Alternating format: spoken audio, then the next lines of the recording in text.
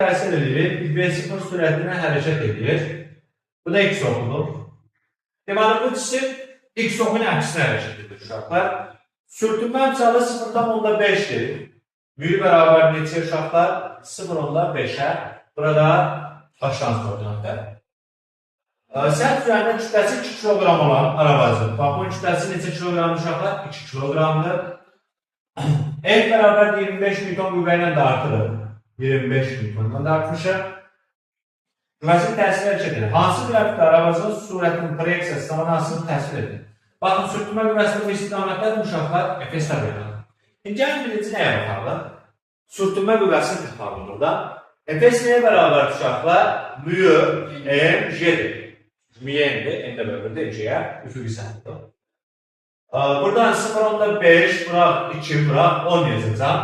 Bu da eləyəcək uşaqlar 10 Newton. Sürtünmə qüvvəmiz 10 Newtondur. Deməli, Fsimiz də 10'dur. Əvəzləyici qüvvəni tapsaq, əvəzləyici bərabərdir.